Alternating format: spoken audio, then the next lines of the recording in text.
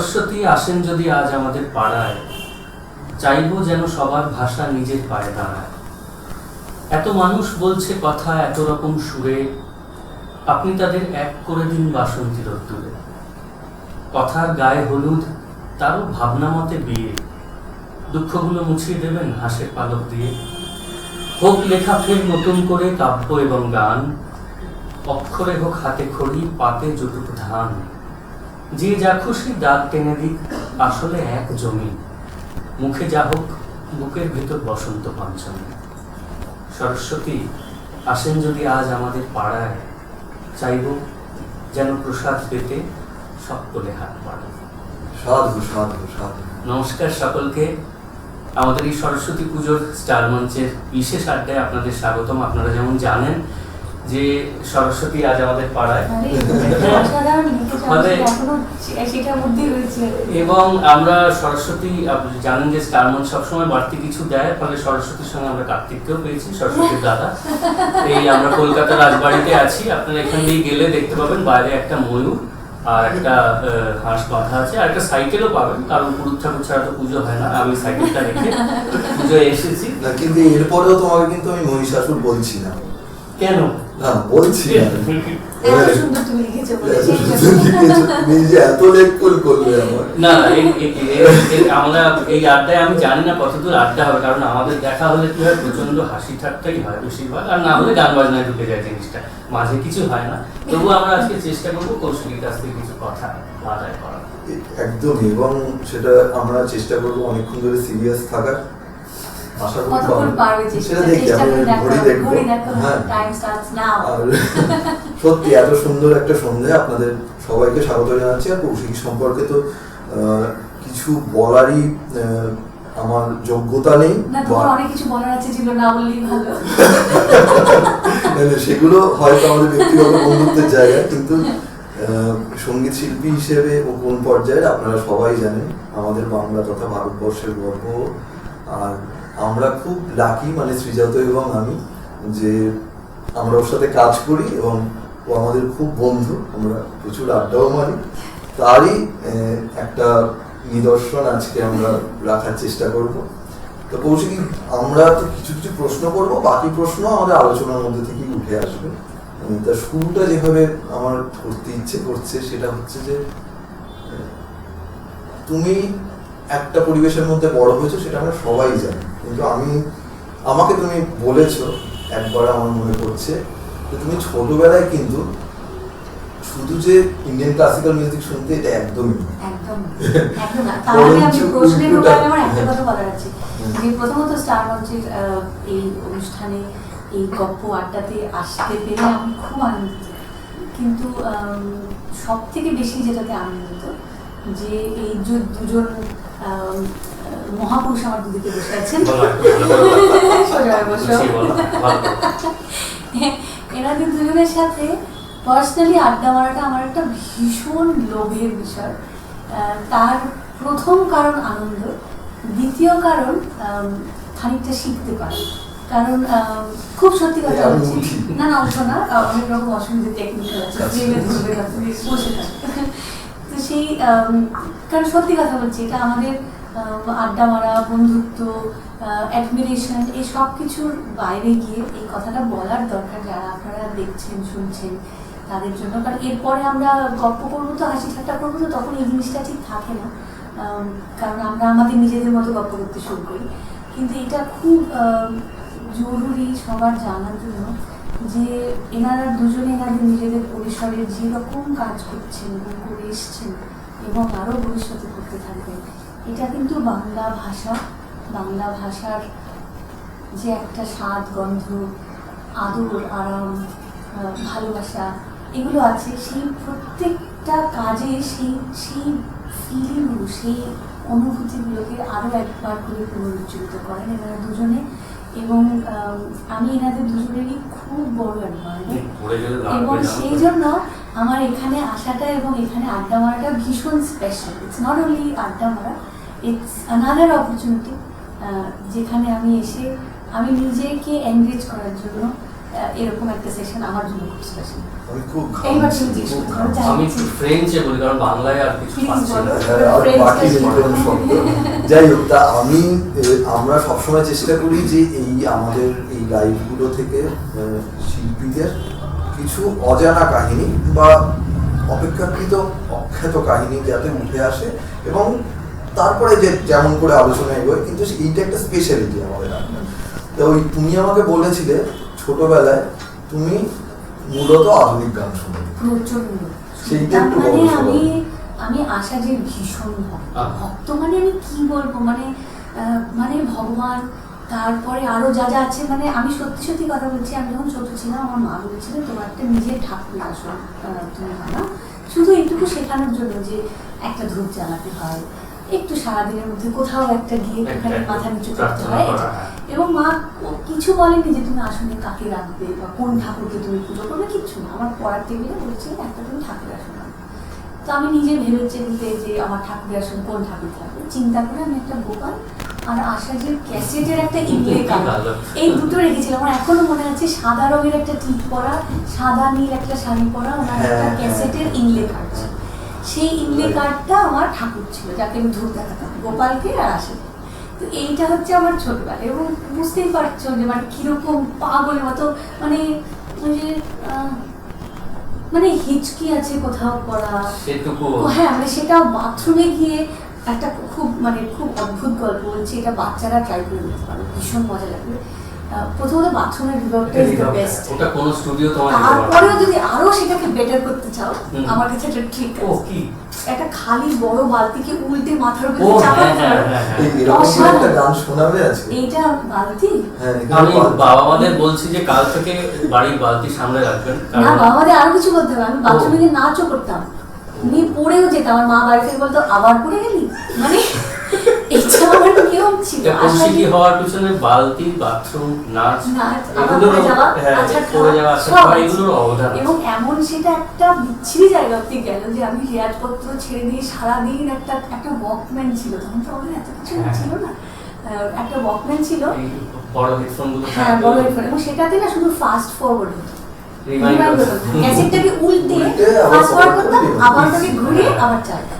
এই করে করে আমি সারাদিন আমি শুধু আশাজির গান শুনতাম। শুনতে শুনতে একটা সময় বাবা বলা শুরু করলো যে এবার এটা বন্ধ করতে হবে, কারণ গলা ফেলাটা যেটা তখন আমার শেখার দরকার, মানে একটা গলার প্রজেকশন আছে, তো যেটা ক্লাসিক্যাল গান বাজনা করতে গেলে যে প্রজেকশনটাতে অভ্যেস করতে হয়, এবং সেইটা ফর্মেটিভ ইয়ার্সে it's very important to practice and make it your, মানে ওটা একটা অটো পাইলট মোডে বসিয়ে ফেলতে হয়, না হলে পরবর্তী মানে গায়কির জায়গায় কি অসুবিধা হয়। তো সেইটা অ্যাফেক্টেড হচ্ছিল টু দ্য এক্সটেন্ট, মানে সব গানই ওরমভাবে গাওয়ার চেষ্টা করছিলাম, ওইভাবেই গলা ফেলার চেষ্টা করছিলাম। তো সেটার জন্য একটা সময় আমার সমস্ত ক্যাসেট টেসেটগুলোকে সুটকেসে রেখে বাথরুমের লফটে, মানে আমার বাথরুমে তারপরে বাথরুমের লফটে এটা তুলে দেওয়া হলো, দিয়ে বলা হলো এখন থেকে অন্তত তুমি 1-1.5 বছর এগুলো শুনবে, তারপরে ইউ ফ্রি টু ইউজ। কিন্তু প্রত্যেক বছরই মা আমাকে জন্মদিনে ওইগুলো গিফট দিয়ে বলতে এটা রাখা থাক, যখন বাবা বলবে আবার শুনতে পারবে তখন শুনবে। কিন্তু ক্যাসেটটা আমার গিফট ছিল, মানে ওটা আমার ইনসেন্টিভ। এবং তখন পুজোয় আসা যে রাহুল বর্মনের সেই সমস্ত ও অত বড় নয় বয়স, অবশ্য ঠিক, হ্যাঁ তুমি এটা আবার ওকে পিছিয়ে এটা আমাদের ছোটবেলা হয়ে গেল। হ্যাঁ না, কিন্তু একটা জিনিস আমার আমি এটা নিয়ে কিছু বলছি, আমি ছোট বললাম খুশি, না, সেটা তো স্বাভাবিক, এত ছোট, দেখা যায়। এত ছোট যে কয়েকদিন পরে আমি আর আমার ছেলে জমজ হয়ে যাবো। না, তো মুখের এত মিল যে একটু হাইট কম বেশি লাগবে। হয়ে যাবে, ছোট। কিন্তু আমার যেটা মনে হয় যে এই যে ধরো আমরা প্রথমেই ভাবি না যে শাস্ত্রীয় সঙ্গীতের একটা আবহ মানে খুব কড়াকড়িতার মধ্যে।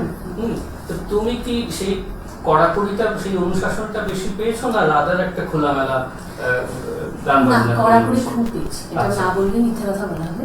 যদি মানে এটা it's nice to make things sound hunky dory, but it's not. সত্যি কথা আমার মনে হয় যে অতটা হয়তো ভুল দিনি, কিন্তু অতটুকু বয়স হয়েছে যে সত্যি কথা বলা উচিত, যে এই ডিসিপ্লিনটার মধ্যে যদি কেউ যায় তাকে জীবনের 10-15টা বছর মানে প্রায় তার নামটাও ভুলে যেতে হয়। এটাই নিয়ম, এটাই রীতি, এটাই ডিসিপ্লিন, এটাই কমিটমেন্ট, এটার নামই এই পথ চলা।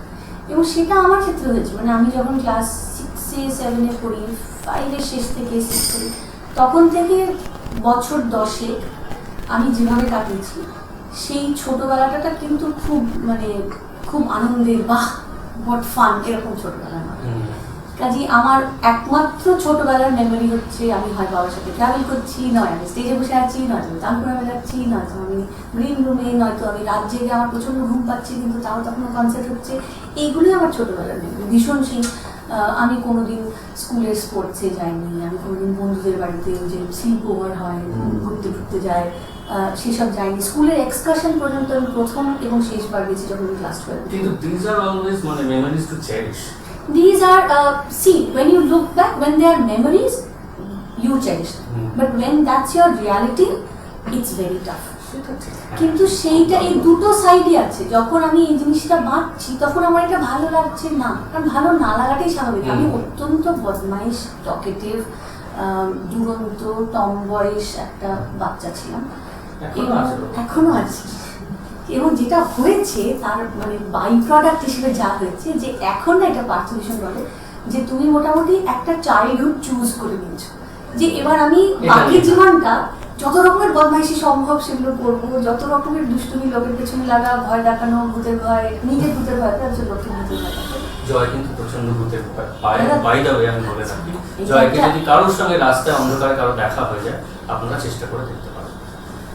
আচ্ছা হ্যাঁ, তারপর এটা আমাকে চেষ্টা করে দেখতে হবে, বাট ইটস গুড ইনফরমেশন। না আমাদের আলোচনা অন্যদিকে যাচ্ছে, কিন্তু হ্যাঁ ওটা দিকে যেতে যাচ্ছে না, আমি একদম একদম না। ভূতের দিকে, ভূতের কথা তো হচ্ছে অতীত মানে হ্যাঁ, তো অতীত মানে ভূত। হ্যাঁ, আমি চাইছি যে এমন একটা অতীতের কথা তোমাকে মনে করাতে।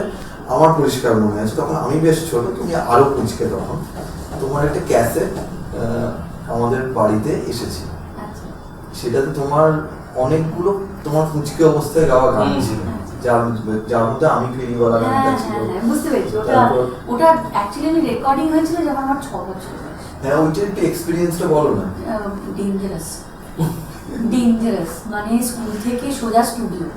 আর ওটার মধ্যে যারা যারা বাজিয়েছেন, দুর্গা কাকু, রাহুল কাকু, কাবু কাকু, মানে ওই পুরো মানে ওই সময়টা বলতে যা বোঝায় ওই পুরোটাই একটা ক্যাসেটের মধ্যে আমার জন্য আর কি ধরা আছে, যেটা হয়তো পরবর্তীকালে সেরকম মানে আরো অনেক গান গাওয়ার পরেও ঠিক ওই দলটার সঙ্গে আমার আর কখনো গান গাওয়া হয়নি। কারণ বাই দ্য টাইম আমি রেগুলারলি গান কাজ করা শুরু করেছি, তারা হয়তো সকলে আর ওরকম একটা সেট অফ মিউজিশিয়ানস হিসেবে হয়তো অতটা বাজান না, বা সেই ধরনের কাজ কোনো কারণে আমার সাথে করা হয়নি। কিন্তু ওটা একটা অদ্ভুত এক্সপিরিয়েন্স আমার জন্য। একদিকে ভীষণ ভয়, কারণ 6 বছরের একটা বাচ্চাকে স্কুল থেকে এসে সে তখন খিদে পেয়েছে, ঢুকছে, এ করছে, তখন তাকে বলা হচ্ছে দেশি, মানে আমি কিছুই জানি না, মানে দেশি বলতে একমাত্র বুঝি যে যেটা দেশে হয় আর কি। তার কোনো রাগ আছে, এটা রেমা পাসা বাদা পারেগা সারে নিসা, আমার মাথা ব্যথা করছে এরকম অবস্থা। তার মধ্যে বাবা ভীষণ, মানে 19 থেকে 20 মানতে, মানে he is the absolute perfectionist that I have seen. Thank God he is the perfectionist. আর এটা লাইভ রেকর্ডিং হয়েছিল, আর তখন কোন স্টুডিওতে হয়েছিল?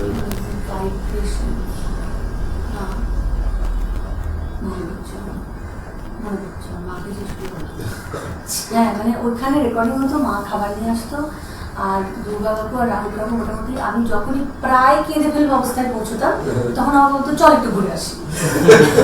তো মানে সবই ভুল হয়ে যাচ্ছে, তো মানে আমি তো মাইকের সামনে কি করে দাঁড়াতে হয় তাই জানি না, মানে সেই টুল ঠুল পেতে আমাকে তার উপরে দাঁড় করি, মানে মাইকের স্ট্যান্ডটা সব থেকে নিচু করলেও আমি অব্দি পৌঁছচ্ছি না আর কি। এরকম করে একটা রেকর্ডিং হয়েছিল, এবং হয়েছিল ওটা আমার ঠাকুর দাদা এবং আমার দাদা মশাই, মানে মায়ের বাবা এবং বাবার বাবা, ওরা 6 দিনের ছোট বড়, 1 বছর 1 মাসে।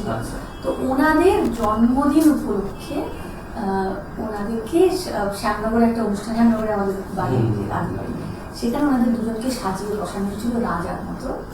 হ্যাঁ, এবং পুরো রাজ দরবারের মতো অনেক বাচ্চারা মিলে গান করেছিল, সেটা খুব আনন্দ হয়েছিল। সেইটা ওদেরকে গিফট দেওয়া হয়েছে, এই ক্যাসেটটা ওনাদেরকে গিফট দেওয়া হয়েছে। ভালো উপহার কি, সেই জন্যই আমাকে দিয়ে এসব পারি না তাও গাওয়ানোর চেষ্টা আর কি। না আমার মনে আছে, আমি একটু গানেই আসবো, কিন্তু আমার মনে আছে ও যে সত্যি আমাদের চেয়ে কতটা ছোট সেটা মনে পড়ে যে আমার যৌবনেই হবে দূরদর্শন তখন একটা অনুষ্ঠান হতো, আমি মাফ করবেন, আমি অজয় কাকু বলি, উনি অজয় চক্রবর্তী, কারণ আমাদের সঙ্গে পারিবারিক সম্পর্ক। তো তখন অজয় কাকু বাচ্চাদের গান শেখাতেন, গান শেখার আসর, গান শেখার আসর। আর সেই আসরটায় এক ছোট্ট মেয়ে ফ্রক টক করে বসতো এবং তাকে যা পাল্টা দেওয়া হতো, যা সরগম দেওয়া হতো, সে অবলীলাক্রমে, এবং তখন তো কোনো টেক রিটেকের বিষয় নেই, যা হচ্ছে তাই হচ্ছে। এবং তখনই কিন্তু ওই বাচ্চা মেয়েটির প্রতি আমাদের নজর যায় যে এই মেয়েটি অবশ্যই তার তার বাড়িতে এত বড় গান বাজনার পরিবেশ, কিন্তু শুধু সেটুকু থাকলে হয় না, ওর মধ্যে যে সেই সময় থেকে কি পরিমাণ আগ্রহ এবং প্রতিটি কাজ নিখুঁতভাবে করার গানে, সেইটা তখন বোঝা গেছিল যে এবং যেগুলো অন্যদেরকে জিজ্ঞেস করতো সেগুলো আমি দিয়ে দিতাম, সেগুলো বাড়িতে এসে বকাও খেতাম, আমি কি তোকে বলেছি গাইতে, কেন গাইলি? এবং তাতে আমার বড় ছিল, ও তাই, হ্যাঁ, যিনি এখন আমার বর, তিনি তখন ওখানে ছিলেন। তার এবং মধ্যে তিনিও সেই কিন্তু ছোটবেলার প্রেম, হ্যাঁ, মানে ওই যে বয়সের থেকে আমি ওকে চিনি, যে বয়সে প্রেম বললে খুব জিনিসটা খুব খারাপ শোনাবে, প্লিজ বলো না। আমার যখন বছর 3-3.5 বয়স, তখন থেকে ও বাবার কাছে গান শেখে, ও বাবা। কাজে শ্যামনগরে আসে, গরমের ছুটি হলে ওর বাবা মা শ্যামনগরে সব কিছু নিয়ে রেখে দিত, এবং ও ঈশ্বরের আশীর্বাদে তখন থেকেই মোটামুটি চেহারা ছবি ভালোই ছিল। আমার ট্রাইসাইকেলটা বসতো বলে ভেঙে দিত, আমার খেলাটা জন্য ভেঙে দিত। তো এই লাইভগুলো শুনছে, লাইভটা ঠিক আছে, শুনছে না কিনা আমি শুনে- জানি না, তাহলে পরের লাইভে আমরা পার্থক্য ডাকবো, এবং না, পার্থক্য এবার নিশ্চয়ই কিছু এবার বলার থাকবে তার সাইকেল থেকে নিয়ে। বড় কথা হচ্ছে এই লাইভটা আমি বাড়ি গিয়ে তারপরে আরেকটা live। না, পার্থক্য আমরা সুযোগ করবো সাইকেল বিষয়ে কিছু বলার। হ্যাঁ, আমার ট্রাইসাইকেল ভেঙে দিত, আমার খেলাধুলো নিয়ে খেলতাম, মাঝে মাঝে মাকে জিজ্ঞেস করতাম, মা এই বাড়ি যাবে কবে, ও কবে বাড়ি, মানে তুমি বিশ্বাস করবে কিন্তু মা সে ভাত আর এখন নিয়ে- বাড়ি থেকে যায় না। না, সে বাড়ি চলে গেল, আমার নিয়ে চলে গেল, এটাই হচ্ছে problem। আচ্ছা, মা আমাদের ভাত মেখে না আমাদের দুজনকে এরকম টেবিলের উপরে বসাতো, আচ্ছা। আমি ভাত মেখে একটাই থালায় ভাত মাখতো, হুম। একজনকে দিত আরেকজনকে দিত, যতক্ষণে ও 3-4 খেয়ে কিন্তু ফেলতো, মানে আমি একবার তখন ওর মুখে সিনেমার বসি। এরকম সম্পর্কগুলো হয়, দেখেছি ছোট থেকে এক দুজে খেলি। আচ্ছা, আমরা অনেকক্ষণ আড্ডা দিচ্ছি, কিন্তু সরস্বতী পুজোর আড্ডা, স্টার মঞ্চের আড্ডা, কলকাতা রাজবাড়িতে বসে আড্ডা হচ্ছে, তো গান হবে না এটা হয় না। কি শোনাবে? সরস্বতী পুজো, একটা সরস্বতী, কোনো একটা মন্ত্র পাঠ। সরস্বতী স্তোত্র বা বন্দনা শোনাবে? জয় জগদীশ্বরী মাতা সরস্বতী, জয় জগদীশ্বরী মাতা সরস্বতী, শরণাগত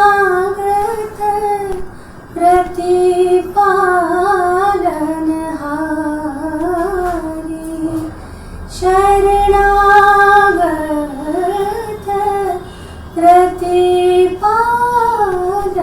प्रतिपालनहारी, जय जगदीश्वरी। এইবার কথা আরোই বন্ধ হয়ে আসছে, পরের দিকে গাইতে বললেই হতো।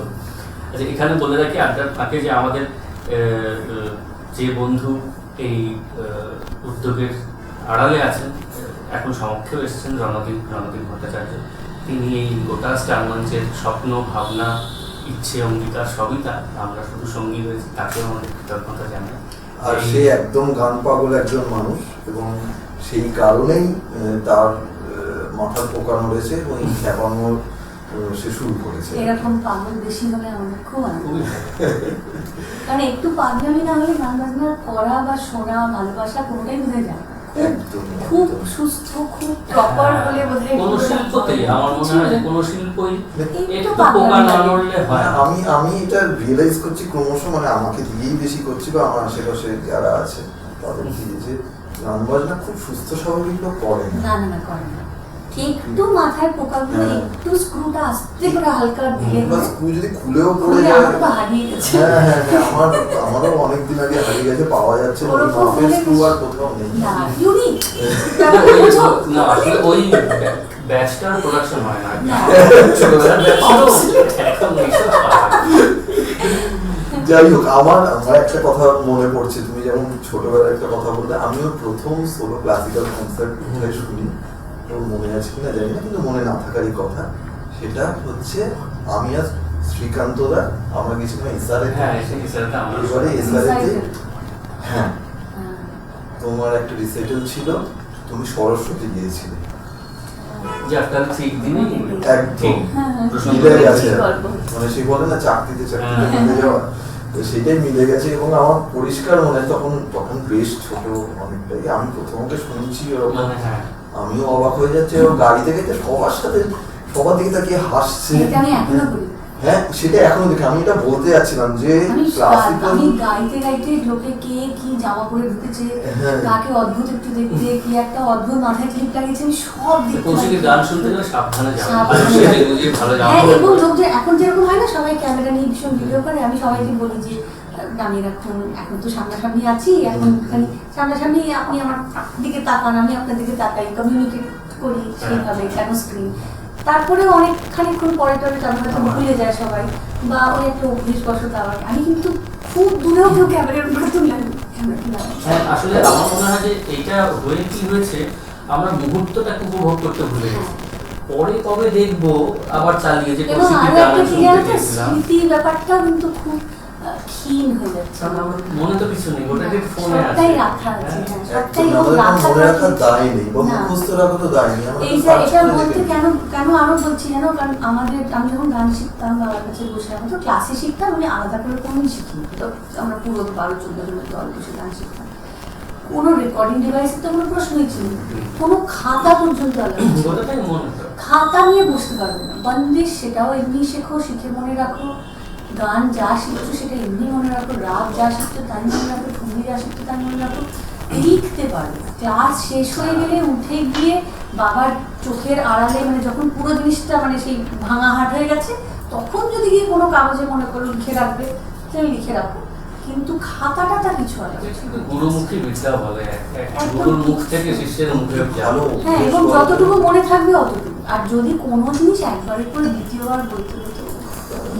গান বাজনা সবার কাজ নয়, আলু পটলের দোকান দিয়ে আমি গিয়ে ব্রেক মার্কেট বাজারে দেখে আসবো জায়গা কোথায় দিয়ে তুই বাজারে বসতে পারিস। গান বাজনা যাকে 4 বার বলতে হয় সে গান বাজনা কেন করবে, সে সবজির দোকান দিলে এগুলো শুনতাম। না, এটা হয়তো এগুলো শুনতে বলেই আজকে হ্যাঁ, তোমাকে মানে এগুলো মানুষজন শোনা, শুনছেন এভাবে। এগুলো খুব শোনার দরকার, দরকার। জানো তো। এখন বাচ্চাদের আমরা শাসন করতে ভয় পাই, ভেবে চিনতে মেপে ঝুঁকে বলি যে কি বললে আবার তাদের খারাপ লেগে যাবে, কি বললে আবার দুঃখ পেয়ে যাবে, হার্ট হয়ে যাবে। কিন্তু এই যে একটা সেই মুহূর্তে যা মনে হয়েছে সেটা বলে দিয়েছে, এবং সেই মুহূর্তে যেটা শোনার ছিল শুনে নিয়েছি, আমিও ভুলে গেছি, যে বলেছে সেও ভুলে গেছে। কিন্তু যেটা ইম্পর্টেন্ট, যে তোমাকে পরবর্তী ওরকম কোনো ঘটনায় যাতে তোমাকে আনমাইন্ডফুল না পাওয়া যায়, সেই মেসেজটা সেই মুহূর্তে খুব স্ট্রং লেগেছে। কিন্তু তার পরবর্তী ক্ষেত্রে মনে রাখার ক্ষেত্রে ওরকম একটা মেসেজ কিন্তু আমার মনে হয় অনেক এফেক্টিভ। একেবারেই। কিন্তু তুমি তো এখন শেখাও, এবার শেখানোর ক্ষেত্রে কি তুমি একই জিনিস অ্যাপ্লাই করো, মানে সেই তুমি যেভাবে শিখেছো, মানে এটা একটু বলো যে কতটা ডিফারেন্স। অতটা করতে পারি না, কিন্তু আমি মনে হয় আমি মানে জেনারেলি আমি খুব মানে ইভেন বাবাকেও এখন যখন বাবা আমার ভীষণ ঠান্ডা লেগেছে, মানে এখন বলে না, বহু বছর, মানে এত ভালোবাসে ছাত্রছাত্রীদের ভাবতেই পারি না, যে বলেই যাচ্ছে হচ্ছে না, তাও ধৈর্য ধরে বাবা বাছা করে ভালোবেসে কত আদর করে বলে যাচ্ছে। আমি মাঝে মাঝে ভাবি যে আমি কোথায় ছিলাম এই সময়। কিন্তু আবার আমার পার্থকে যখন দেখি শেখাতে, ওর ভীষণ ধৈর্য, আমার একটু বোধহয় ধৈর্য কম, তো সেই জন্য আমি একটু 2-3বারের পরে একটু শক্ত করে বলতে পছন্দ করি। আর যেহেতু আমি ওইভাবে শিখেছি, আমার খুব একটা মনেও হয় না একটু শক্ত করে বললে কোনো অসুবিধা আছে বলে। আর মানে ঋষিতকে যখন শেখায় আমি খুব ভীষণ হ্যাঁ, বকিও একটা যথা বেচারা। না, ও জানে, মানে ও ভুলে যায়, আমিও ভুলে যাই, কিন্তু ওইটা একটু দরকার হয় কখনো কখনো। ও পারছে না বলে না, ও মন দিচ্ছে না। মন দেওয়ার অভ্যেসটা না, ফোকাসের অভ্যেসটা আমাদের কারোর ওটা মানে বাই বার্থ হয় না, ওটা একটা অ্যাকোয়ার্ড ডিসিপ্লিন। ফোকাস করা ইন লাইফ জেনারেলি আমার মনে হয় যে কনসেন্ট্রেট করা, ফোকাস করা, একটা জিনিসে ধ্যান দেওয়া, এই জিনিসটা it has to be learned and it has to be taught. And unfortunately যাই আমাদের লাইফ স্কিল শিখতে হয়, যেগুলো খুব জরুরি আমাদের জীবনে, সেগুলো খুব সহজে শেখা যায়। একটু নিজের ওপরে শক্ত হতে হবে, নিজের ওপরে একটা পুলিশ বসাতে হবে। সেটা যেহেতু এখনো ওর বয়স হয়নি, সেই জন্য বাইরে থেকে একজনকে বলতে হবে।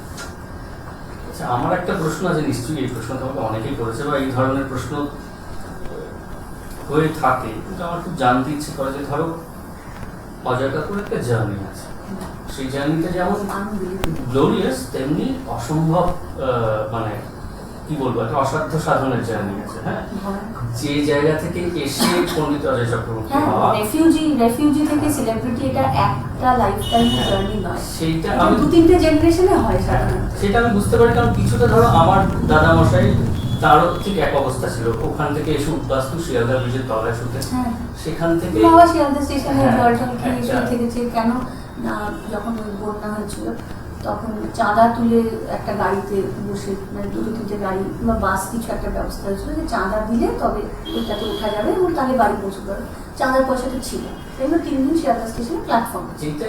এটা অবিশ্বাস্য। এবং আমি নিজে দেখেছি, জানো তো, আমার মনে আছে রবীন্দ্র সদনের বাইরে ফুটপাতের ওপরে মা বসে আছে, মার কোলের ওপর হারমোনিয়ামটা রাখা, আমি বসে আছি, আমার কোলের ওপর তানপুরাটা রাখা, একটা জেন্টস তানপুরা হিউজ, আমি সেটা ধরে আছি, আর বাবা রাস্তার এপার থেকে ওপার ধরেছে একটা ট্যাক্সি ধরে, মানে বাবার কনসার্ট হচ্ছে তার আগে করে বাড়ি যাওয়া। এবং যখন যেদিন কনসার্ট হতো, আমার ছোটবেলাটা যেদিন কনসার্ট হতো আমরা সেদিন ট্যাক্সি তুলি, হ্যাঁ। বাকি ট্যাক্সি তুলি। কিন্তু এটা খুব বলবো তৃপ্তির, বলবো আমি, এর মধ্যে এর সঙ্গে ভয়ঙ্কর অহমিকার কোনো জায়গা নেই, না। কিন্তু তৃপ্তি আছে যে এই জিতে নেওয়াটা, এই যে এত মানুষের। এবং এইটা যে আমার মনে হয় এটা খুব হাম্বলিং, জানো তো, এটা যে ঈশ্বরের একদম প্রত্যক্ষ আশীর্বাদ ছাড়া হয় না মানুষের জীবনে, এটা আমরা অ্যাজ এ ফ্যামিলি রোজ মনে করছি, রোজ এভরিদিন। কিন্তু আমার জিজ্ঞাসা হচ্ছে যে ধরো অজয় কাকু যেমন স্ক্র্যাচ থেকে শুরু করেছেন, তার জার্নিটা অনেক কঠিন, অনেক অন্যরকম। তুমি সেই জার্নিটা পার্ট অফ ইট তুমি দেখেছো, তুমি বেঁচেছো, কিন্তু তুমি যখন আসছো মঞ্চে, তুমি অজয় চক্রবর্তীর ঘর থেকে আসছো, তোমার জার্নিটাও সহজ নয়, কারণ দুটো দিক আছে। দেখো, একটা জিনিস কি জানো, একটা সাপোর্ট থাকা এবং সেই সাপোর্টটা দিয়ে ডিফাইন্ড হয়ে যাওয়া, মানে একটা এটাই লাঠি আমি থাকা, জানতে চাইছি। আবার লাঠি হাতে দিয়ে ধরে হাঁটো বলে তোমাকে মানে তুমি হ্যান্ডিক্যাপ মনে হওয়া, এই দুটোর মাঝখানে একটা ব্যালেন্স আছে। এবং যেগুলো ভালো তার মধ্যে সব থেকে প্রথম হচ্ছে যে আমার গুরু আমার বাড়িতে ছিল, আমাকে একলা বসে শেখায়নি কখনো, বা সেরকম পরিস্থিতি বাবা এটা পছন্দই করে যে আমি একলা বসে আমার ছেলে বা আমার মেয়েদের তাকে আলাদা করে কিছু একটা শেখাবো, বরঞ্চ বাবার অনেক ছাত্রছাত্রীদের কাছ থেকে আমি অনেক বড় শিখেছি যেটা আমাকে হয়তো শেখানো দরকার। তো সেইটা যেরকম ছিল না, কিন্তু আমি তো রেয়াজ করতাম 24 ঘন্টার সামনে, মানে বাবা ঘুরছে নিচ্ছে কিছু করছে, এসে বলে কি হচ্ছে, যা হচ্ছে, আমি বুঝলাম যাচ্ছে এটা ভুল হচ্ছে, কাজে সময় নষ্ট হয়, এটা সব থেকে বড় পাওয়া।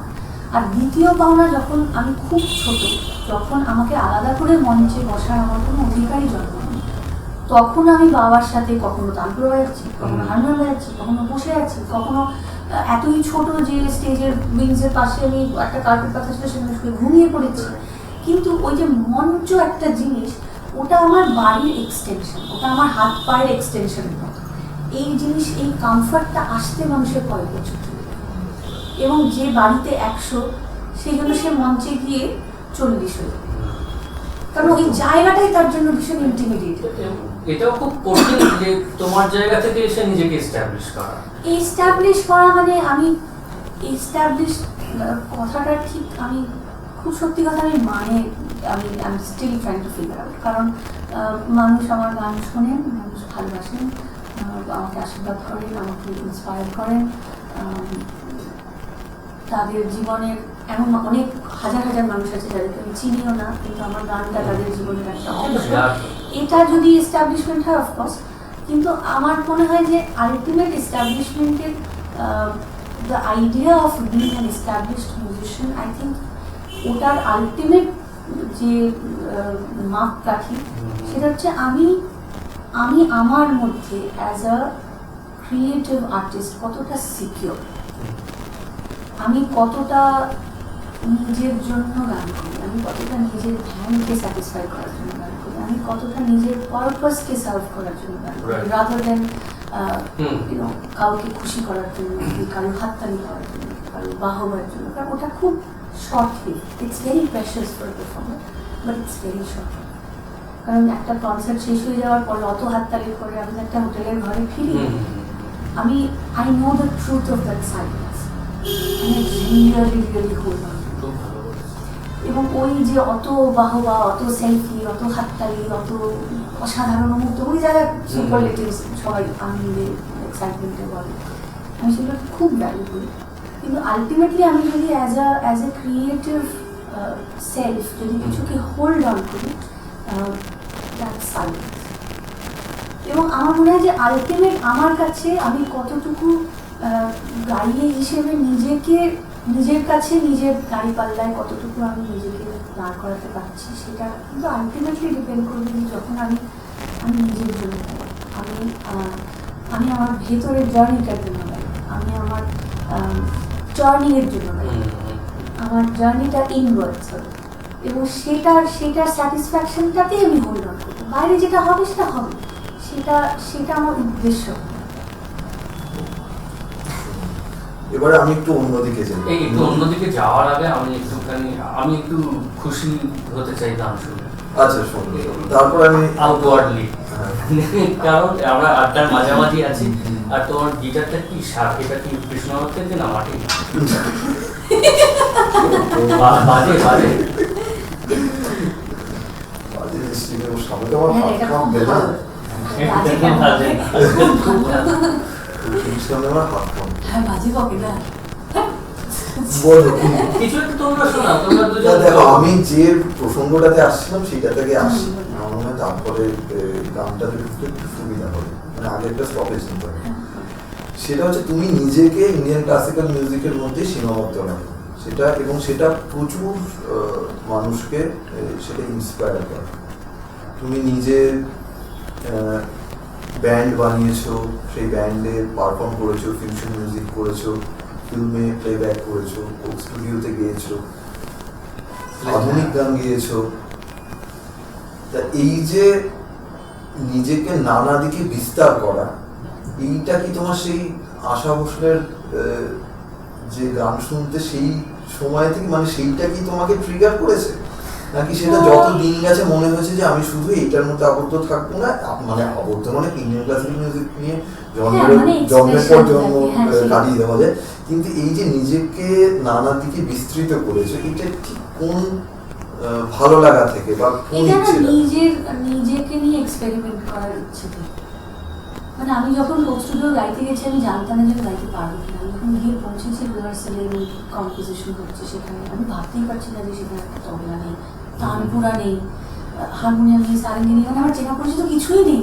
তাহলে এরা কি করছে ওদিকে, এত বড় একটা ড্রামসের একটা বিশাল বড় সেপারেশন দিয়েছে, একটা হিউজ কিট, এদিকে গিটার, কিবোর্ড, পিয়ানো, স্যাক্সোফোন। আমি ভাবছি আমি কোথায় এসে পড়লাম এই ভগবান। কিন্তু এগুলো না, বা প্রথম যখন স্টুডিওতে গিয়ে প্লেব্যাকের জন্য, মানে একদম গলা ফেলাটা আলাদা, মাইকের সামনে দাঁড়ানোর থট প্রসেসটাই ভীষণ আলাদা, নিজের ওরিয়েন্টেশনটাই ভীষণ আলাদা, নিজেকে কীভাবে ওই ছাঁচটায় ফেলতে হয়, এই মাইন্ড স্পেসটাই ভীষণ আলাদা। সবগুলোতে ভয়ঙ্কর ভয় পেয়েছে, ভীষণ ভয় পেয়েছে, আজও পাই। তুমি ভয় পাও বলে আমার না, আমি সিরিয়াসলি ভয় পাই। আমি ভীষণ ভীত প্রকৃতির লোক। আমি সবসময় সেলফ ডাউট, আমার সবসময় ভয় যে আমি নিশ্চয়ই পারবো না, আমার দ্বারা নিশ্চয়ই হবে না। একটা জিনিস দেখেছি যে তোমার পারফেকশন লেভেলটা এতটাই হাই, তুমি সবসময় ভাবো যে এটার থেকে আরেকটু বেটার হতে পারে। এটা আমি যখন কাজ করেছি তোমার সাথে, তুমি সারাক্ষণ আরেকবার দেখো, আরেকবার আমার বদনাম আছে যে আমাকে স্টুডিও থেকে মোটামুটি ধাক্কা মেরে বারবার আমি বের হই না। সেটা ঠিক হয় না, সেটাকে আরো এগিয়ে যাওয়া, যেটা ভাবছো ঠিক সেই জায়গাটা। যখন অন্য কিছু করতে গেছি তখন আমার প্রত্যেকবার মনে হচ্ছে বোধহয় পারবো, এবার হবে, তাহলে বোধহয় হবে না, মানে ভীষণ এরকম হচ্ছে, এবং এখনো হয়। কিন্তু ওই আর কি, চেষ্টা করে দেখি নিজেকে নিয়ে এক্সপেরিমেন্ট করার, এবং তাতে আমি এখন মনে হয় এটা এক্সপেরিমেন্ট করতে করতে একটা এমন জায়গায় এসেছি যে আমার ভুলগুলো আমি অ্যাকসেপ্ট করে নিতে পারি, যে হ্যাঁ ভুল হয়েছে, আমি তো মানুষ পারি। আজকে সকালবেলা আমি একটা গান, আমার আগের গাওয়া একটা গান কেউ একটা পাঠিয়েছে আমাকে, কিছু একটা কারণে আর কি, সেটা গানটাকে কিছু একটা রিক্রিয়েট করা ইত্যাদি ইত্যাদি। আমি শুনছিলাম, আমি বিশ্বাস করবো এত খারাপ লাগছিল শুনতে, আমি বলছিলাম আরেকবার যদি গাইতে পারতাম গানটা আরেকটু বেটার হতো। এটাই হয়তো শিল্পীর বেঁচে থাকা, এটা না হয়তো শিল্পী মৃত। ওরকম হয় না যে মানে আমি ভীষণ গিয়ে স্যাটিসফাইড, এরকম হয় না। কিন্তু তবুও তো একটা জায়গায় থামতে হয়, কোথাও তো একটা স্টুডিও আওয়ার শেষ হয়, হ্যাঁ, যিনি তখন সাউন্ড আমাকে ইঞ্জিনিয়ার তাড়াতে আছে হয়, তারপর তাকে বাড়ি যেতে হয়। তখন গলাটায় কষিয়ে দিয়ে বানিয়ে যাবো। আমাদের যখন কথা উঠলো, আমার হ্যাঁ। কোক স্টুডিওর গানটা লাগি লাগি আমার প্রচন্ড প্রিয় গান, একটা শান্তনুদা আর সোনামজির একটা অসাধারণ ক্রিয়েশন। হ্যাঁ, আর ওটারও ফ্র্যাঙ্কো studio তে বাস মানে ছিল, আমি ড্রামস যে বাজিয়েছিলেন, বকা খেয়েছি, তার প্রত্যুষ ছিল, হ্যাঁ, প্রত্যুষ দা মানে তারপর বাবা। গোপাল বর্মন খোল বাজিয়েছে। আমার প্রচুর, কোক প্রচুর স্টুডিও না হলে প্রচুর হোক ছিল। স্টুডিও, মানে কোক স্টুডিওর মতো বড় এখানে ব্যবস্থা নেই, কিন্তু হোক স্টুডিও হতেই পারে। और रहना तेरा छोड़ा चांद है चित छोड़, वो दिखाए आधा पौना कर से मन का चकोर। और रहना तेरा छोड़ा चांद है चित छोड़, वो दिखाए आधा पौना कर से मन का चकोर।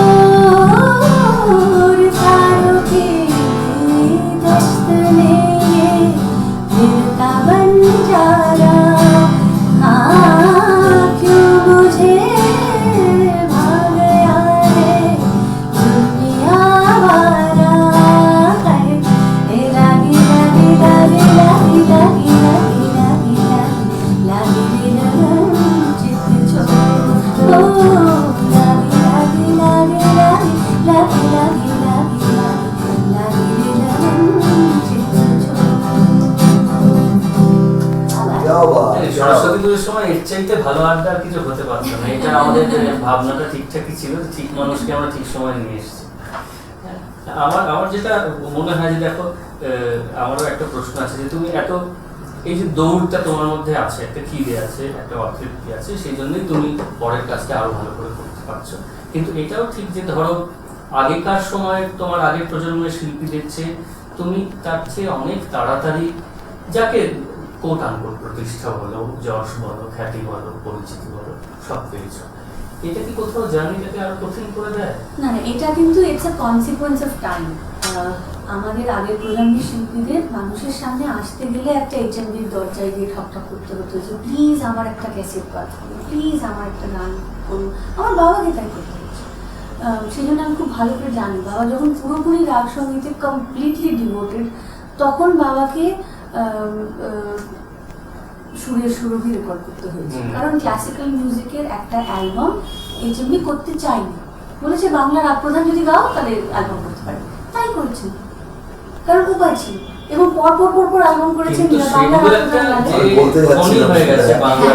এবং তুমি এর আগে যেটা জিজ্ঞেস করলে যে এটার ইন্সপিরেশন সেখান থেকে কিনা, অফকোর্স আসে।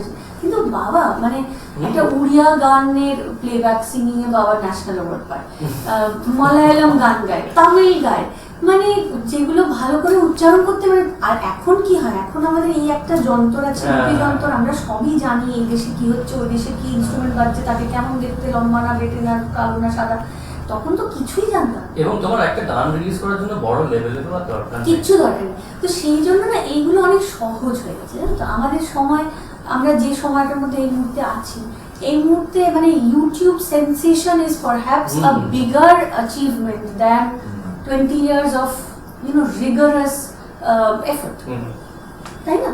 কাজেই আজকের দিনে কিন্তু লোকের কাছে পৌঁছে যাওয়াটা খুব সহজ, কিন্তু যেটা শক্ত সেটা হচ্ছে রয়ে যাওয়া। সেটা আগেও শক্ত ছিল, সেটা আজও শক্ত আছে, সেটা সব সময় শক্ত থাকবে। কারণ তুমি পৌঁছে যাও ফানুষের মতো, ফুস করে উড়ে গেলাম আবার ধপ করে পড়ে গেলাম, এই দুটোই ভীষণ সহজ। কাজেই যখন কেউ খুব ফুস করে ওপর দিকে ওড়ে না, তখন একটু ভয় লাগে, তখন মনে হয় যে একটু ধীরে ধীরে, একটু ধীরে, একটু তাড়িয়ে তাড়িয়ে, একটু বুঝে বুঝে, একটু পা ফেলে ফেলে, একটু দেখে দেখে। কারণ আমার একজন টিচার ছিলেন স্কুলে, আমার পাঠভবনে যারা পড়েছেন তারা সকলে দীপঙ্কর দাকে ছিলেন। উনি is the most favourite teacher of all Times. উনি বলতেন যে সিঁড়ি দিয়ে যখন উঠবি না আস্তে আস্তে আস্তে উঠবি, তাহলে তুই যে উঠছিস এইটা ভেতরে সিঙ্কিং হয়। কি ভালো কথা। ওই হুমুর বলতেন আমাদের, যাতে আমরা হুড়মুড় করে সিঁড়ি দিয়ে ওঠা না করি, কিন্তু বলতেন এভাবে সারা জীবন eventually became a life lesson যে হ্যাঁ সিঁড়ি দিয়ে সত্যি। এবং আরেক জিনিস বলতেন যে পেছনে কতগুলো সিঁড়ি পেরিয়ে এসেছিস সেটা মনে রাখ, যদি মনে না রাখিস তাহলে তুই এখনো ফার্স্ট স্টেপেই আছিস। কাজে এইগুলো না খুব আমার মনে হয় যে এই ধরনের কথাবার্তা আমরা আজকাল বাচ্চাদের বলি না, এই ধরনের চিন্তা ভাবনাগুলো আমরা তাদের বলি না। আজকে গান করা মানে এই 4 লাইন গান করে 3 পয়সার, মানে বাবা আমাকে বলতো, আমি বলছি 3 পয়সার গান। আমার ছেলে কিছু করে না, একটু তবলা বাজায়, ভালোবাসে, জন্ম থেকে দেখেছে তবলা বাজা আছে, আগে পিটা তো এখন মোটামুটি আবার গান বাজনার ঘরেতে তানপুরা আমরা গান করি, বোরিং একটা জীবন। বাবাও গান করে, মাও গান করে, দাদুও গান করে, ঠাম্মা গান করে, দিদা গান করে, সবাই গান করে, বেচারা করবেই বাকি গান করে।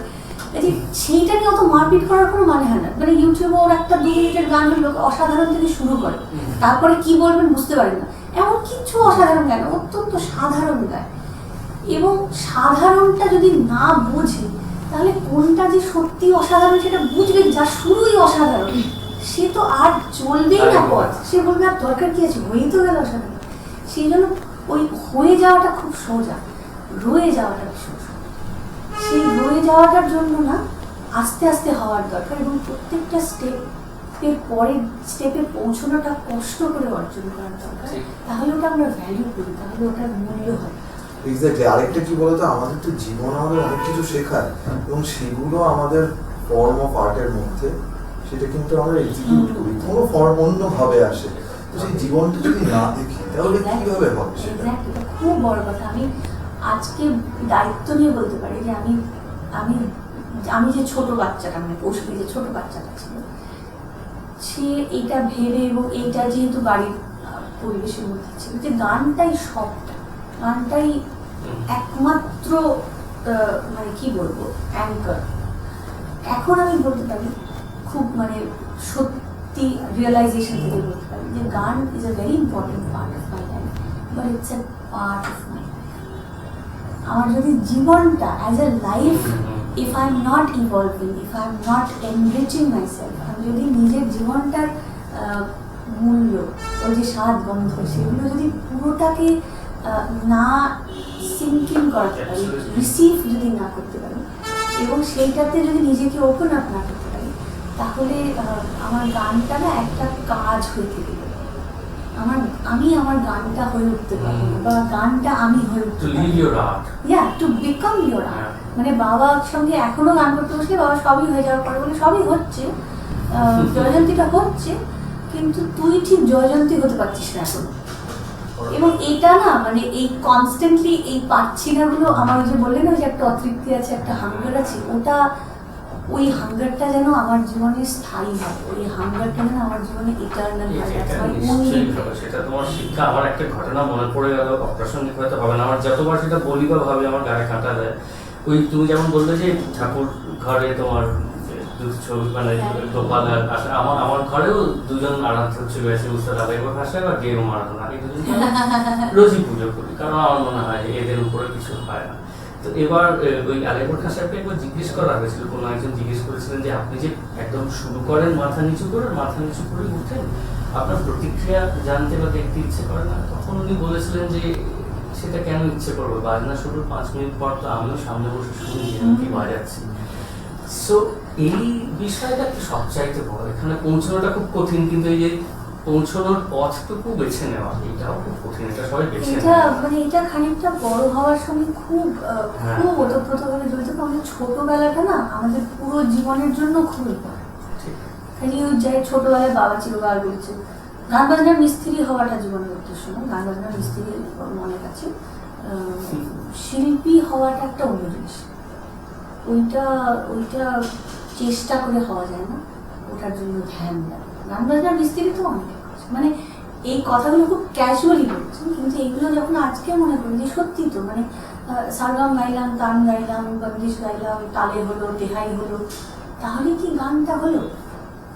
গানটা হওয়ার একটা অন্য জিনিস, মানে করা আর হওয়া, হুম। এই দুটোর মধ্যে একটা খুব ফাইন লাইন আছে। একেবারে। আলিবুর খাসের কথা বলছো না, মানে ওই একটাই জবরদস্ত করে সারা জীবন একটা মানুষ কি করে খুশি থাকতে পারে, একদম।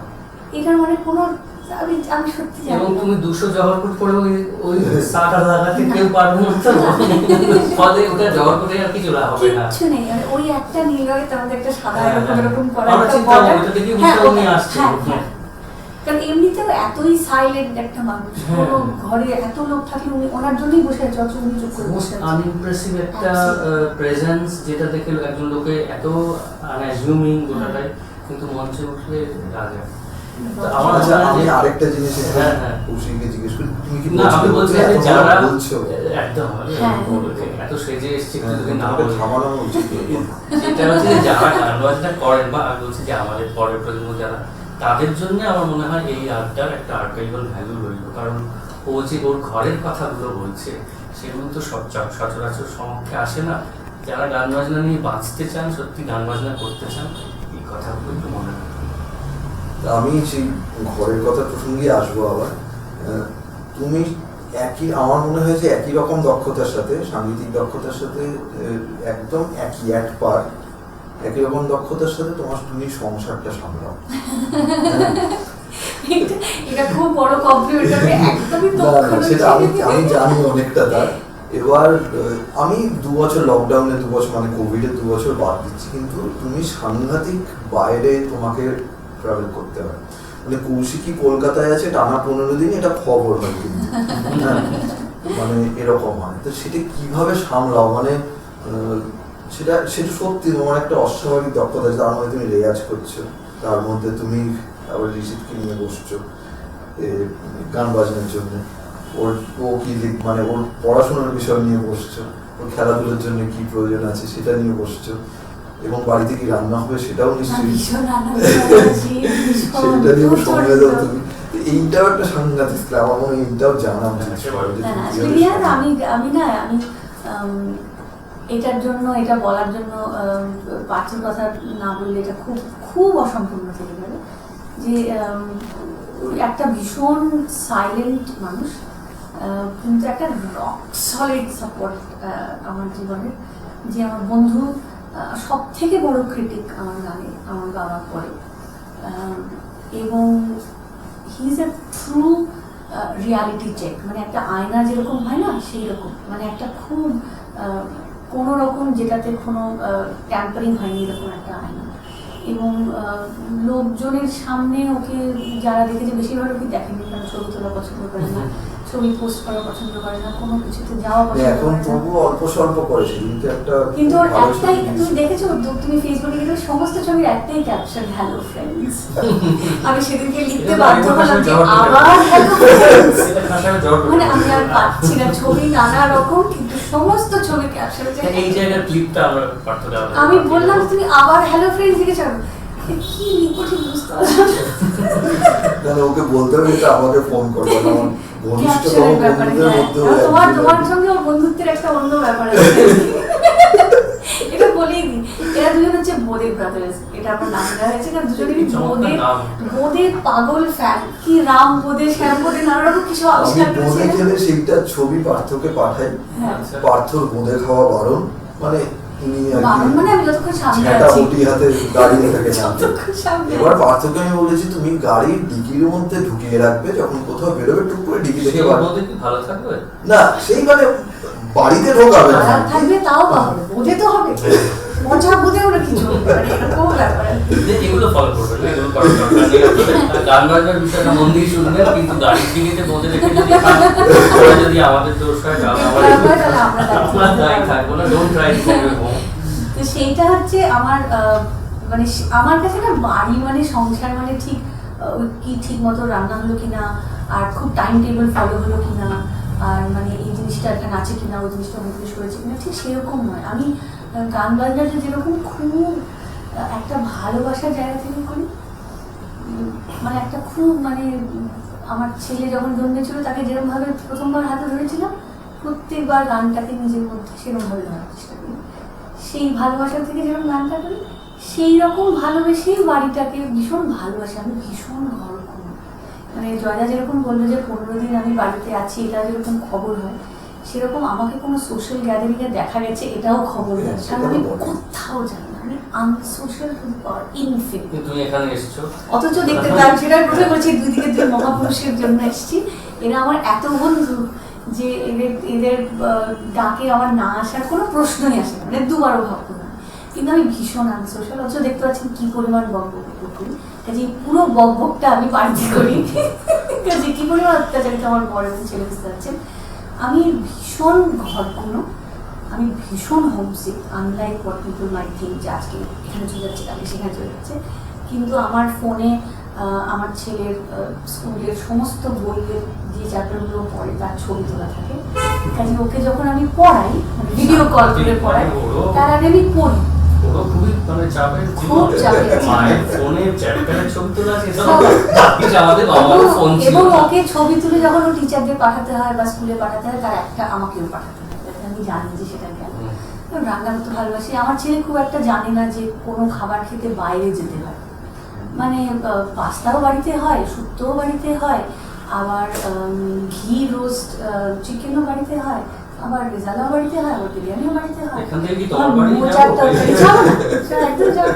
কাজে আমি সব বাড়িতে রান্না করি। ও মানে প্যানকেকও বাড়িতে হয়, ও সব কিছুতে ভাবে যে বাইরে থেকে মানুষ খাবার আনে, কারণ এই কনসেপ্টটাই ছিল ওর কাজ করে না। ওর বন্ধু বান্ধবের বাড়িতে আসে এবং ও জিজ্ঞেস করে মাঝে মাঝে যে আমার মা গান বেটার করে না রান্না বেটার করে। ওরা বিনা চোখের পলক ফেলে বলে রান্না বেটার করে। এবং ওদের সাথে প্রচুর পরিমাণে খেলাধুলা করি। ওদের বন্ধুদের একটা দল আছে, তারা প্ল্যান করেছে যে ওরা এবং আমি, মানে অন্য কারোর মা বাবারা যাবে না, হ্যাঁ, এরকম কোথাও একটা হলিডে দিতে হবে। কাজে আমি কতটাই পাগল একটা বন্ধু, ওদের সাথে বিপুল পরিমাণে খেলা করি। এইগুলো করতে আমার খুব ভালো। তো সেই জন্য আমি খুব যে সংসার ইন দ্য কনভেনশনাল সেন্স যেরকমভাবে আমার মা করে, যে মা, আমি এখন জানি না মাস কাবারি কি করে মানুষ বাজার করে, কি যে মাসে কতটা লাগে, এটা আন্দাজ আর কি প্রথমে নিয়ে আসা, সেটা নিয়ে এসে ব্যাংক করা, ও সময় যাই না, মা খুব করতে পারে, এই সময় আমি যাই না। কিন্তু খুব আনকনভেনশনাল, খুব খ্যাপা টাইপের একটা সংসার, কিন্তু খুব ভালোবেসে করি, মানে খুব মন দিয়ে করি, মন থেকে করি। তাতে যেরকম হয় সেরকমটাই হয়। এবং খুব আমার সৌভাগ্য যে আমার বাড়িতে আরো যে দুজন মানুষ আছেন সেই সংসারের পর, তারা খুব ভালোবেসে সেটাকে আদর করে সেটাকেই অ্যাকসেপ্ট করেন এবং রিসিভ করেন। কাজে সেই জন্যই বোধ হয় আমি সংসারটা ভালো করে করি, এর একটা ধারণা আছে। কারণ এটা কিন্তু it depends on the receiving and. আমি হয়তো অনেক অনেক শর্টকামিংস আছে, যদি লিস্ট করা যায় যে এটা আমি করতে পারি না, ওটা আমি করতে পারি না, এরকম অনেক কিছু আছে যেটা আমি করতে পারি না। বা আমি যদি আমার শ্বশুর শাশুড়ির তরফ থেকে, মানে সেই দিক থেকে ভাবি যে আমার মতো এরকম একটা পুরো খ্যাপা স্ক্রু হারিয়ে গেছে টাইপের একটা ছেলের বউ, এটা তারা হ্যান্ডেল করেন। এবং আমার যখন ছেলের বিশেষণ হলো না, ছেলের বউ, হ্যাঁ ছেলের বিশেষণ আমার স্ক্রুটা আমি ওকে দিয়ে দিচ্ছি। ছেলের বউটা একসাথে বলি, হ্যাঁ আমি কমা দিই। কাজে আমি ভীষণ খ্যাপা, সেগুলো ওনারা সবাই অ্যাকসেপ্ট করেন এবং যাবতীয় খ্যাপামি সহ্য করেন। হ্যাঁ, মানে আমি ব্যাংকক গেছি আমার শ্বশুর শাশুড়ি সবাই মিলে নিয়ে, আমি বাঁধের খাঁচায় আমার শাশুড়িকে ছবি তুলতেই হবে, হ্যাঁ তুলতেই হবে ছবি তোমাকে। বলছে আমি মরে যাবো, আমি ভীষণ ভয় করছিলাম, যাও তোমাকে ছবি তুলতেই হবে, বাঘের সঙ্গে তোমার ছবি দেখতে চাই। মানে আমি ছবি দেখতে চাই বলে একজন বুড়ি মহিলা, তার তো ভীষণ পায়ে ব্যথা, হাঁটু নিয়ে লড়তে পারছেন না, তাকে আমি বলেছি তুমি যাও বাঘের খাঁচায়।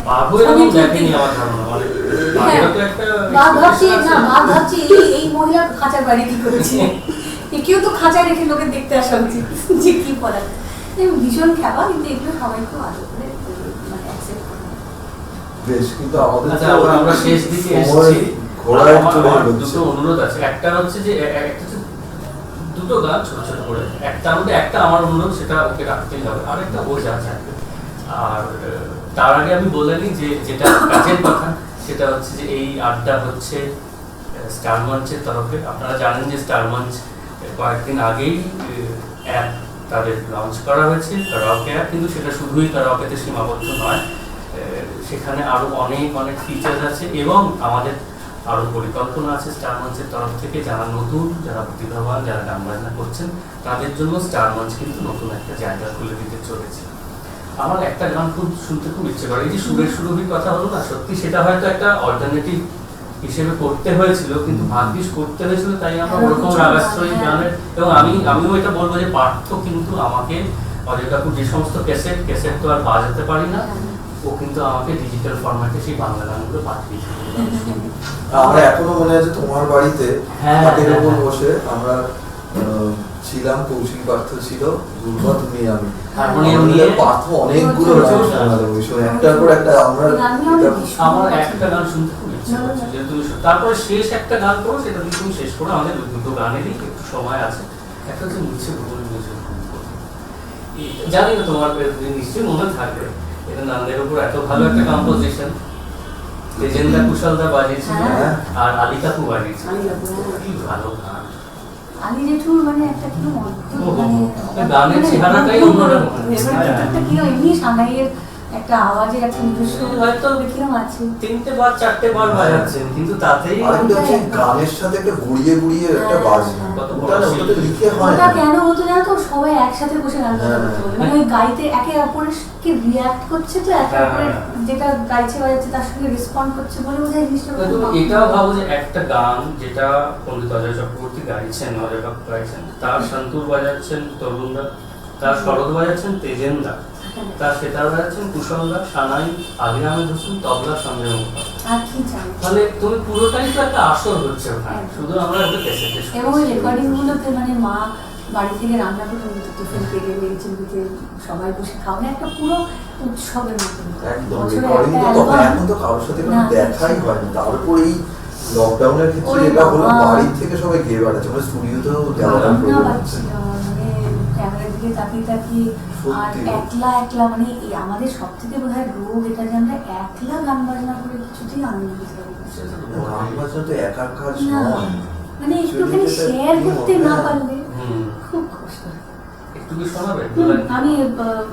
আমি শুধু লাইনটা ভেবে করে সেটা মনে করে পড়বে না, আমি কিছু একটা করবো আর কি। না না, এটা তো আমার তো গান। না, না, না, না। আমি তো রোজ গাই সব গান, চলো কিন্তু ডুয়েট, তোমার সাথে আমার ওই যে ডুয়েট, এই রোজ গায়ে বলেছে। শোনো, আমি এই জীবনে দুটো আরো চলছে। লাইভ করতে চাই। এই তোমার সঙ্গে ডুয়েট দিয়ে যদি আমার জীবনে লাইভও বন্ধ হয়ে যায়, আমি আর চলবো কি করে? মিছে ভুল বুঝে ভুল করো না, মিছে ভুল বুঝে ভুল করো না,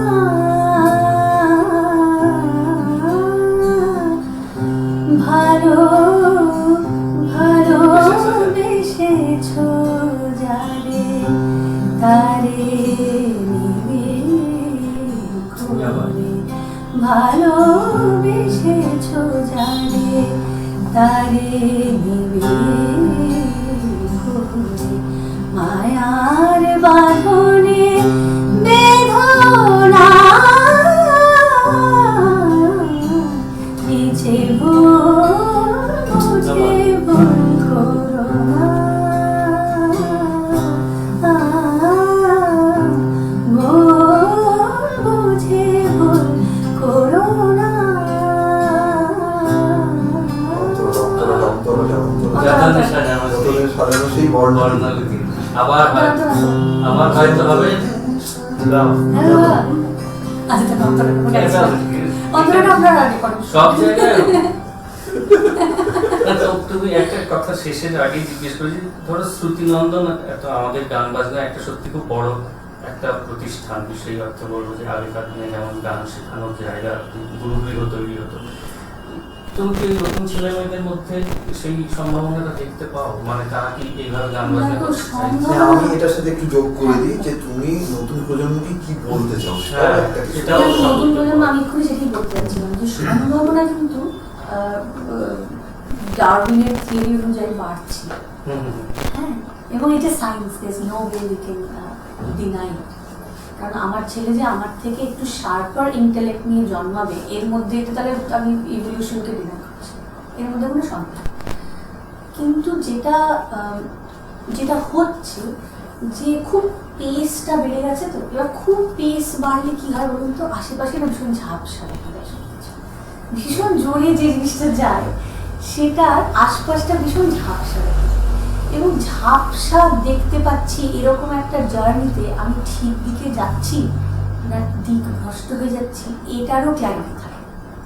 খুব জোরে যাচ্ছি, খুব তাড়াতাড়ি যাচ্ছি, আমার পাশে আরো অনেক লোক যাচ্ছে, প্রচুর ভিড়, সবাই যাচ্ছে, কিন্তু ঠিক কোথায় যাচ্ছে, তারা যেখানে যাচ্ছে আমি কি ঠিক সেখানেই যেতে চাই, নাকি আমি একটু থেমে ভাবি তাহলে হয়তো আমি একটু ডান দিকে যেতে চাই, যেখানে হয়তো সবাই যাচ্ছে, বা আমি হয়তো খানিকক্ষণ দাঁড়িয়ে থাকতে চাই, কোথাও যেতে চাই, হ্যাঁ একটু বসে একটু জিরিয়ে নিই, হয়তো এটা ইচ্ছে করতে পারে, মানে আমার মতো খ্যাপালো করতে মাঝে মাঝে ইচ্ছে করে যে একটুখানি যাক না, যে যাচ্ছে যাচ্ছে আমি একটু বসি, একটু চুপ করে থাকি, একটুখানি নিঃশ্বাস নিই। এবার এইটা তখনই সম্ভব যখন আমি শুধু যেতে হবে বলে যাচ্ছি, শুধু করতে হবে বলে করছি, শুধু সবাই করছে বলে করছি, শুধু এটাই নর্ম হয়ে গেছে বলে করছি। যখন আমি কনসিয়াসলি চুজ করছি যে আমি কি করতে চাই, সেই জন্য সম্ভাবনার সাথে সাথে একটু শুরুর দিকে গাইডেন্সের দরকার হয়, যেটা বাবা মার খুব ইম্পর্টেন্ট একটা রোল আছে। আমরা না খুব সহজে আজকালকার দিনটা না, আজ থেকে 100 বছর আগে যেটাকে আমরা স্বর্ণযুগ বলি, তখনকার লোকেরা বলতো আজকালকার দিনে কিছু হয় না। আজকালকার দিন নেই যে কয়েনেজটা, এটা কখনো ভালো কথা হয় না, সবকিছু আজকালকার দিনে সব খারাপ, আর আমাদের সময় সব ভালো ছিল। সব ভালো। কাজে এই যে একটা কয়েনেজ আছে আজকালকার দিন, আজকালকার দিনের ছেলে মেয়েদের দোষ হয়, জানো তো, আমাদের গাইডেন্সের অনেক রকম ভাবতে হবে, কারণ সময় বদলাচ্ছে। তো এই সময় উপযোগী গাইডেন্স একটা ট্যালেন্টেড গিফটেড বাচ্চাকে সময় উপযোগী গাইডেন্স দিতে হবে, এবং তাতে এমনভাবে তাদেরকে গাইডেন্স দিতে হবে যাতে আমি যেটা বলছি সেটা করো না, কারণ আমি তো সেই 20 বছর 30 বছর আগের ধারণা থেকে বলছি। আমার তাকে এম্পাওয়ার করতে হবে যে তুমি চিন্তা করতে শেখো, তুমি সচেতনভাবে একটা সিদ্ধান্ত নিতে শেখো, তুমি নিজের ভেতরটার দিকে তাকিয়ে তুমি কি সত্যি সত্যি তোমার কলিং, কি তোমার পারপাস, সেটা শুনতে শেখো। এইটা যদি আমরা আমাদের বাচ্চাদের একটু এম্পাওয়ার করতে পারি, তাহলে যারা খুব গিফটেড তারা অনেক ক্ল্যারিটি অফ থট নিয়ে এগোবে, যে এগোনোটা পারসিস্ট করবে। তো আমি যে বললাম যে পারসিস্টেন্স ইজ দ্য আলটিমেট কি অফ অ্যান এক্সিস্টেন্স। কাজে একটা এক্সিস্টেন্স যদি হলো আর শেষ হয়ে গেলে এরকম হয়, সেটা না মনে কোনো ছাপ ফেলে। তো সেই জন্য একটুখানি যদি আমরা ঠিকভাবে গাইড করতে পারি, তাহলে প্রচুর গিফটেড ছিল যারা ভীষণ ট্যালেন্টেড, তাদের একটুখানি ডিরেকশন দেওয়ার দরকার, তারপরে তারা যেটা করবে সেটা অসাধারণ। আজকে মানে এই আড্ডার মধ্যে এত কাজের কথাও হলো, সেগুলো যদি পরে শোনা যায়, বোঝা যাবে যে এর মধ্যে একটা জীবন দর্শনও আছে, শুধু জীবনের গল্প নেই, একটা দর্শন আছে। সেটা যদি নির্যাসটা আমরা নিতে পারি আমাদের নিজেদের কাজে। তবে আমরা কিন্তু অনেকক্ষণ আগে সিরিয়াসলি কথা বলেছি। দেখো এটার জন্য লাইফটা শেষ হলে আমরা কি করব কেউ জানে না, এটা প্রমাণ থাকবে যে আমরাও পারি। আমি আস্তে আস্তে ভাবছিলাম যে নিশ্চয়ই মানে পুরোপুরি ঘেঁটে ফেলবো, আমরা হ্যাঁ করে হেসে একটা যাচ্ছে তাই করবো। মানে আমরা এই অনুষ্ঠানটার আগে একদিন আলোচনা করার জন্য তিনজনে একটা কনফারেন্স কলে কথা বলছিলাম, সেখানেও আমি বলেছি যে আমি কিন্তু বেশিক্ষণ সিরিয়াস হয়ে থাকতে পারবো না, সেটা তখন কৌশিকীও বলেছে না না আমিও পারবো না, আমিও পারবো না, এটা আমরা পেরেছি। মানে আমাদের বয়স হচ্ছে, আমরা একটু বড় হচ্ছি। আচ্ছা, আমাদের তো একদম শেষ প্রান্তে রয়েছি আমরা। তা আমার দুটো আমাদের কথা বলার আছে, একটা হচ্ছে ভেন্যুটা, হ্যাঁ, কলকাতা রাজবাড়ি আমাদের ভেন্যু দিয়েছে। একদম শেষে একটা সরস্বতী পুজোর একটা গান দিয়েই আমরা শেষ করবো, সেটা কি বলা যায় সেইটা তুমি ভাবো। ততক্ষণ আমি বলি যে এই ভেন্যুটা আমাদের দিয়েছেন কলকাতা রাজবাড়ি, এবং খাবারও দিচ্ছেন, সেই খাবারটা লাইভের পরে আমরা খাবো। না, কিন্তু চা কফিতে শেষ হবে না। আর হ্যাঁ, আমাদের সঙ্গে আছে ক্যান্ডিড, তারা সঙ্গে এইভাবে ওতপ্রোত জড়িয়ে না থাকলে আমরা, ক্যান্ডিড কমিউনিকেশন না থাকলে আমরা এই জায়গায় কাজ করতে পারতাম না এভাবে। এবং রণদীপের কথা তো আগেই বলেছি, রণদীপ ভট্টাচার্য যার এই প্রয়াস, আর স্টার মঞ্চ। অবশ্যই আপনারা স্টার মঞ্চ অ্যাপটি যে কোনো রকম সিস্টেম থেকে পাবেন, অ্যান্ড্রয়েড থেকে পাবেন, অন্যান্য ফোন সিস্টেম থেকেও পাবেন, সেটা ডাউনলোড করতে পারেন। সেখানে গিয়ে স্টার মঞ্চ কী কী করছে, কী কী করতে চলেছে তার খবর তো পাবেন। আমি কৌশিকীকে বলবো যে স্টার মঞ্চের জন্য যদি তুমি একটা কিছু উইশ করে দাও, কিছু একটা বলে দাও, তোমার কি মনে হয় যে এই ধরনের অ্যাপ কতটা কাজে লাগতে পারে?